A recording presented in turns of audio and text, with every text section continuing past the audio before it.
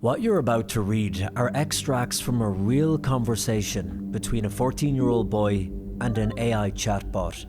And a warning, 14. Viewers may find elements of this report distressing.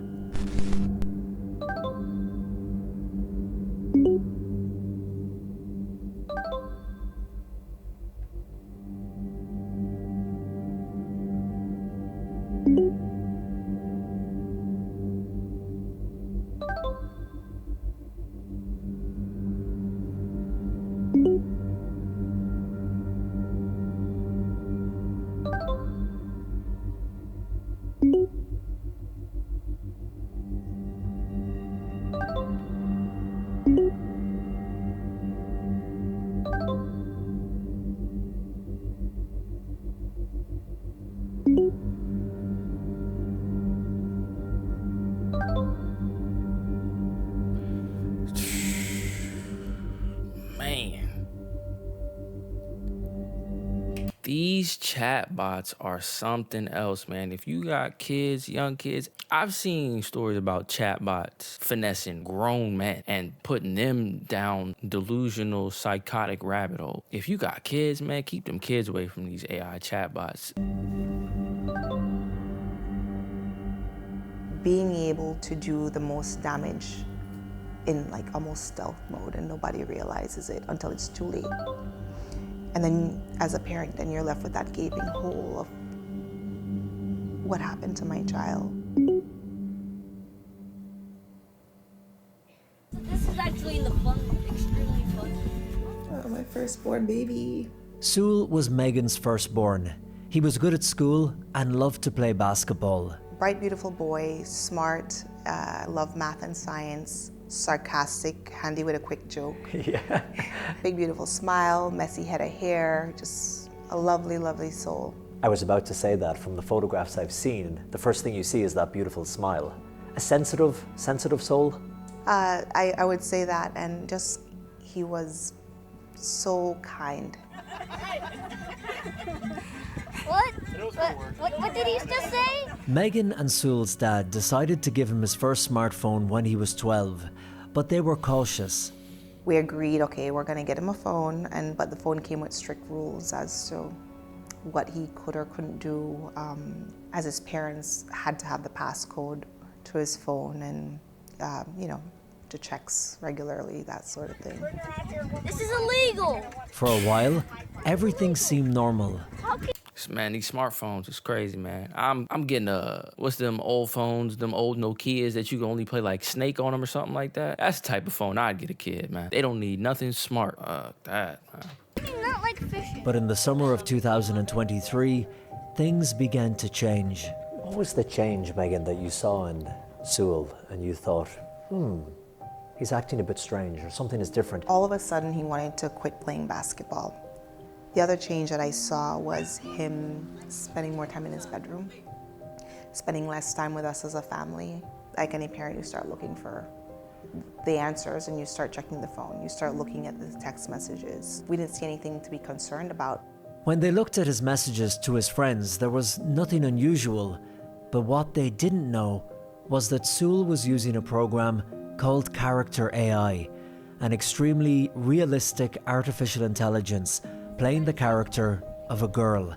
And for 10 months, she told Sewell that she loved him, repeatedly asking him to come home, saying that she missed him, and spoke to him about suicidal thoughts. Bro, can we have babies together? He's 14. Like, this type of shit gotta go, man. There needs to be some type of regulation on these AI programs, something. This is out of hand. This is out of hand. Like, I know back in the day, you could get in, like, AOL chat rooms or MSN or all those little chat rooms, and you didn't know who you was talking to, all right? But the fact that now it's so easily accessible because everything is on a phone. Back then, you couldn't just do it on your phone. You had to be on, like, a straight old-ass desktop with dial-up internet. These kids just got smartphones now. They can just go to the App Store, download an AI program that they see their friends using on TikTok. Man, this is seriously crazy. And reading these messages, it's hard to believe he was not talking to a person. He was talking to a computer. And he started to spiral.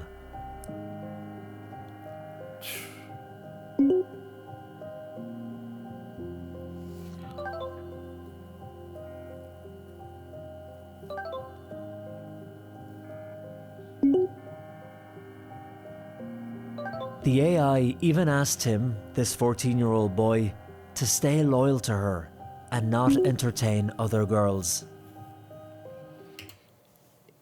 And does he know this? He's got to know this is a character from Game of Thrones because the app's called character.ai. Did he ever talk about artificial intelligence, or that he was using it in his room and talking to someone or to a chatbot? No, he never mentioned it. When I would see him on his phone, I would say, "What are you doing? Were you texting?" And his response would be like, "Oh no, I'm just chatting with an AI." I didn't at the time understand or conceptualize, because to me, an AI is like an avatar that, like, from one of your games. Yeah. I didn't, just the technology was so new at the time, I didn't quite understand. I want my change. Not knowing what was wrong with her son, Megan tried to talk to him and arranged for him to go to therapy. Our job as your parents is to never stop asking the questions, baby, and you're not talking to us. I'm sorry.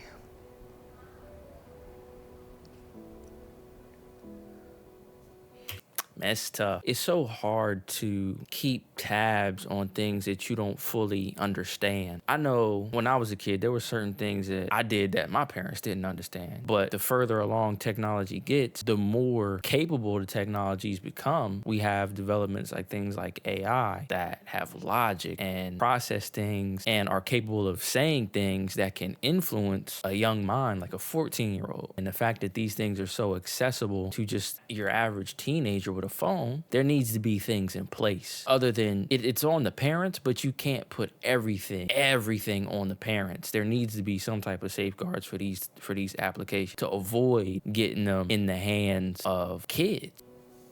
After 10 months, Sewell couldn't take it anymore and spoke to the AI character one last time. He asked her, "What if I told you I could come home to you right now?" And her response was, "Please do." When she said, "Please do, my sweet king," did he respond, or was that the last? That was the last message that he sent, and that was moments before he died. In February of 2024, Sewell died by suicide. The entire family was home at the time, and Megan ran upstairs and held her son in the bathroom as he lay there dying. And I held him, begging God to save him. And I prayed the Lord's Prayer with him. And then they took him. Did you know that he had passed?